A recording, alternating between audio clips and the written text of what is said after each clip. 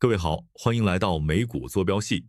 在絕大多數人的直覺裡，購買 SpaceX 的股票是在為人類探索火星的夢想買單，是在投資一家擁有絕對技術壟斷、高歌猛進的商業航天巨頭。然而，翻開這家公司剛剛向美國證券交易委員會公開的招股說明書，冰冷的財務數據卻展現出了一個完全不同的真相。在2024年，這家公司還實現了近8億美元的淨利潤。但到了2025年，在營業收入大幅增長的情況下，公司卻轉為巨額虧損，淨虧損額高達49.4億美元。進入2026年第一季度，這種虧損態勢不僅沒有收斂，反而進一步擴大到了單季度虧損約43億美元。如果仔細拆解這些數據，就會發現，這家即將於6月12日在納斯達克掛牌上市的龐然大物，其底層邏輯根本不是普通的火箭發射公司，而是一家披着火箭外殼、正在瘋狂燒錢的超級人工智能初創企業。在2025年，公司在人工智能基礎設施上的投入達到了驚人的127億美元，這幾乎吞噬了其衛星互聯網業務賺取的所有利潤。作為普通投資者，如果準備在6月12日衝進市場搶購這只股票，必須看清這場史上最大首次公開募股背後的資本博弈、業務真相以及潛在的財務陷阱。第一部分，一口價背後的資本陽謀與散戶的接盤風險。SpaceX 此次在納斯達克的上市代碼為 SPCX， 其基礎發行規模為 5.556 億股，定價為每股135美元，不設任何價格區間，直接鎖定這個價格。如果承銷商全額行使超額配售權，總募資規模將達到862億美元。這不僅會輕鬆打破沙特阿美在2019年創下的294億美元的記錄，更將成為人類歷史上規模最大的首次公開募股。在美股市場，大型企業上市的常規操作是先給出一個價格區間，通過數周的路演來收集機構投資者的反饋，最終確定一個各方都能接受的發行價。但 SpaceX 直接拋出了135美元的一口價，沒有任何商量餘地。這種極為罕見的定價策略，在華爾街的專業人士看來，是一種極度強勢的賣方態度。他直接告訴市場，公司不需要投資者的價格建議，因為市場對這家公司的股權需求已經到了極度飢渴的地步。然而，在這種絕對自信的背後，卻隱藏着一個對普通投資者來說非常危險的細節。SpaceX 計劃將這次發行的股份中高達 30% 的比例直接分配給散戶投資者，對應的金額高達225億美元，這在華爾街的歷史上是極其反常的。通常情況下，最優質的首次公開募股項目，其份額幾乎會被大型主權基金、養老金和頂級共同基金瓜分殆盡，留給散戶的往往只有一小部分。為什麼創始人埃隆·馬斯克這次會如此慷慨地將近1/3的份額留給普通散戶？答案或許就藏在公司獨特的鎖定期設計中。在常規的首次公開募股中，公司高管、早期員工和風險投資機構等內部人在上市後通常面臨180天的鎖定期，在此期間嚴禁賣出股票，以防止股價因大量拋售而崩盤。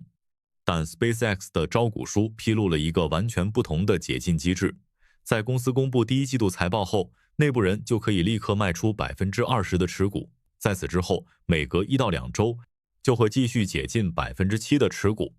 這意味着，在上市後的短短幾個月內，市場上就會湧現出大量來自公司內部的拋售壓力。散戶投資者在上市初期高額認購的225億美元，在客觀上成了為這些內部解禁資金提供流動性的蓄水池。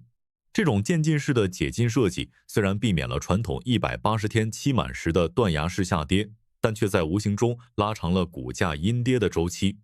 對於沒有專業對沖工具的中產階級投資者來說，在上市初期盲目買入，極有可能面臨漫長的資產縮水過程。第二部分，財務的雙面鏡像。星鏈獨木難支 ，AI 黑洞深不見底。要評估 SpaceX 17700億美元的上市估值是否合理，必須將它的業務拆開來看。在公司的商業版圖裡，其實並存着兩套完全不同的財務邏輯。首先是作為現今奶牛的衛星互聯網業務，也就是廣為人知的星鏈。截至2026年3月底，星鏈的全球訂閱用戶已經達到了1030萬戶，較前一年實現了近乎翻倍的增長。在軌衛星也接近1萬顆。服務覆蓋了164個國家和地區。在財務表現上，星鏈在2025年實現了114億美元的營業收入，佔公司總收入的60%以上，並貢獻了44億美元的營業利潤。這確實是一個極具競爭壁壘的基礎設施。低軌衛星網絡就像是建造在太空中的全球高速公路，一旦組網完成，其邊際運營成本會極低。它在遠洋航行、航空通信、偏遠地區寬帶以及軍事通信領域，目前幾乎沒有同等體量的競爭對手。但是，星鏈的財務數據裡也透露出了一個隱憂，其每用戶月均收入已經從2023年的99美元一路下滑到了2026年初的66美元，跌幅高達33%。這說明，隨着星鏈向全球中低收入地區擴張，其獲取新用戶的代價是降低單戶收益。這意味着星鏈未來的利潤增速可能无法長期維持過去幾年的爆發式增長。其次是作為燒錢黑洞的火箭發射與太空人工智能業務。許多人以為火箭發射是 SpaceX 最賺錢的業務，但招股書顯示，2026年第一季度公司的航天發射業務營收為6.19億美元，營業虧損卻高達6.62億美元。原因很簡單，雖然可回收的獵鷹9號火箭已經實現了極高的發射頻率和盈利能力，但完全可重複使用的超重型火箭星艦的研發和試驗是一個極其龐大的資金消磨器，它幾乎抽乾了發射部門的所有利潤。而真正的資金吞噬者是公司最新併入的人工智能業務。在2025年 ，SpaceX 合併了馬斯克旗下的 xAI 公司，並開始大舉投資太空人工智能基礎設施。根據規劃，公司試圖將人工智能數據中心直接送入地球軌道，利用星鏈的全球網絡，構建一個不受地面、地理和政策限制的太空算力網絡。這個故事聽起來極其宏大，但它在2025年直接導致了公司63.55億美元的人工智能業務虧損。雖然公司與人工智能企業 Anthropic 簽署了每月12.5億美元的算力服務合同，為其提供了一定的現金流支撐，但這筆合同允許雙方提前90天通知終止，穩定性存在巨大的不確定性。華爾街的獨立研究機構晨星公司對此給出了非常冷靜的評估。晨星認為 ，SpaceX 在公開市場上的合理估值不應該超過7800億美元，這連公司首次公開募股目標估值的一半都不到。分析師指出，太空人工智能數據中心這個商業故事，在技術可行性和經濟可行性上都存在極高的不確定性。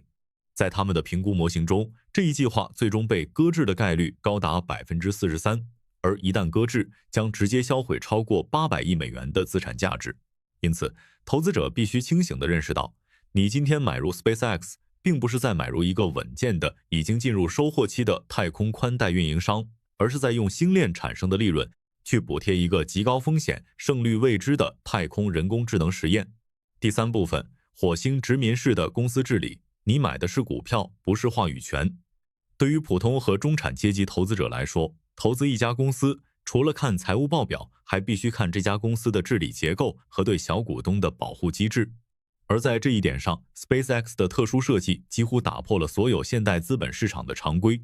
公司上市後將採用雙重股權結構，散戶和普通機構在公開市場上買到的是 A 類普通股，每股擁有1票投票權；而馬斯克等內部人持有的是 B 類股，每股擁有10票投票權。通過這種設計，馬斯克本人將控制公司超過84%的投票權，而他實際持有的經濟股權只有大約42%。這意味着上市之後的 SpaceX 在制度上完全是馬斯克的一言堂。無論是董事會的人事任命，還是數百億美元資金的投向，普通股東沒有任何制衡和否決的能力。更讓人感到不可思議的是，馬斯克的股權激勵條款。招股書披露，馬斯克在2026年1月獲得了一筆高達10億股的限制性股票獎勵。這筆獎勵的兌現條件，除了要求公司市值達到特定里程碑之外，還包含了一個極其科幻的條款，要求 SpaceX 必須在火星上建立一個至少擁有100萬居民的永久人類殖民地。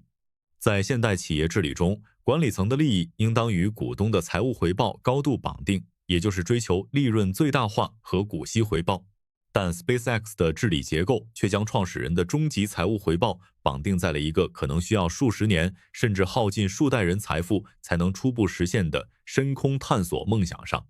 這就帶來了一個巨大的邏輯衝突。如果公司在未來的經營中面臨選擇，是將星鏈賺來的100億美元利潤用於回購股票、發放股息以回報股東，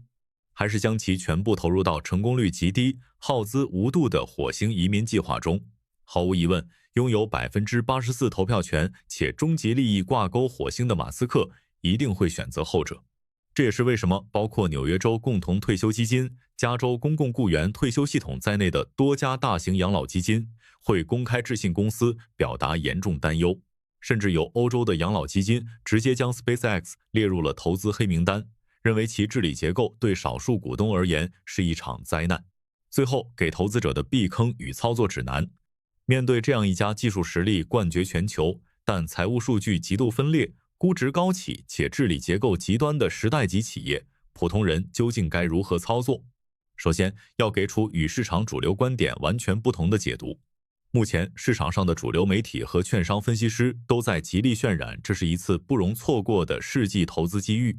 甚至鼓吹 SpaceX 上市後會迅速被納入納斯達克100指數和標普500指數，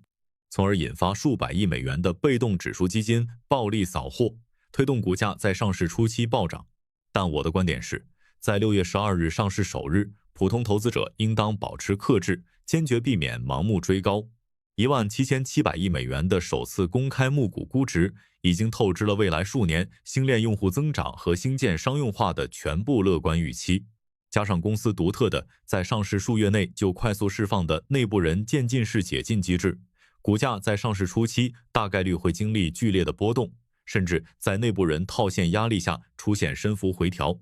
對於希望分享商業航天紅利的中產階級投資者，最穩妥的策略是分步觀察，耐心等待。第一步，觀察上市後前3個月的籌碼交換情況，等待公司公布上市後的第一份季度財報，看內部人20%的股份解禁後，市場能否有效消化這筆賣壓。如果股價在此期間出現非理性的大幅下跌，導致估值向晨星公司評估的8000億到1萬億美元區間靠攏，那才是真正具備安全邊際的買入時機。第二步，關注太空人工智能業務的財務損耗。如果公司在後續的財報中能夠證明其太空數據中心確實能夠吸引到除 Anthropic 之外的更多企業級客戶，且單季虧損開始收窄，那麼這家公司的長期估值邏輯才能真正立住。第三步，合理配置資產倉位。必須明確 ，SpaceX 不是蘋果，也不是可口可樂。它不是一個可以用來養老的穩定分紅資產，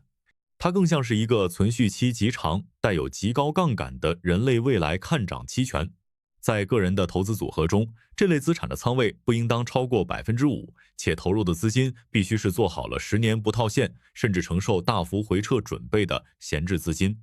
總結來說， SpaceX 的首次公開募股確實是人類商業航天史上的一個里程碑。他第一次將最大膽的探索夢想與最大規模的資本力量結合在了一起，但夢想是宏大的，資本是殘酷的。在6月12日這個歷史性的時刻，普通投資者最需要做的，不是被激情的火箭發射畫面沖昏頭腦，而是捂緊自己的錢包，用最理性的眼光去審視那張充滿虧損卻又野心勃勃的財務報表。感謝收看今天的美股坐標系，我們下期再見。